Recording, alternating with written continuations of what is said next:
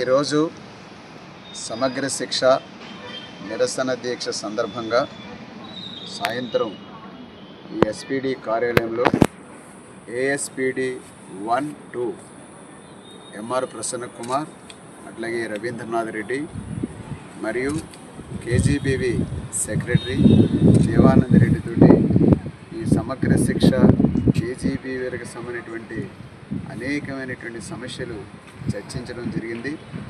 సరే, ముఖ్యంగా రవీంద్రనాథ్ రెడ్డి వద్ద ఉన్నటువంటి సమస్యలు, అలాగే దేవానంద రెడ్డి దగ్గర ఉన్నటువంటి కేజీబీలకు సంబంధించిన సమస్యలన్నీ కూడా ఈ నాయకులతోటి మేము కూడా కలిసి ప్రస్తావించడం జరిగింది.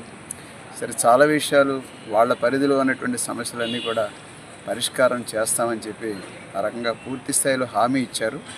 ఆ రకమైనటువంటి పద్ధతిలో ఇమీడియట్గా యాక్షన్స్ కూడా తీసుకుని పరిష్కారం చేస్తామని చెప్పడం జరిగింది.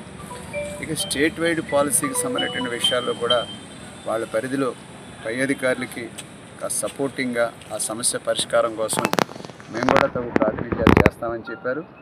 రెండవది ఏమంటే, కింద స్థాయి అధికారులతో ఏదైతే సమస్య ఉందో, జిల్లాలో ఉన్నటువంటి ఏఎస్పీలతో ఉన్నటువంటి సమస్యలు ఏవైతే ఉన్నాయో అవి కూడా మేము డైరెక్ట్ చేస్తాం ఈ సమస్యల పరిష్కారానికి అని చెప్పి కూడా స్పష్టమైనటువంటి హామీ ఇవ్వడం జరిగింది.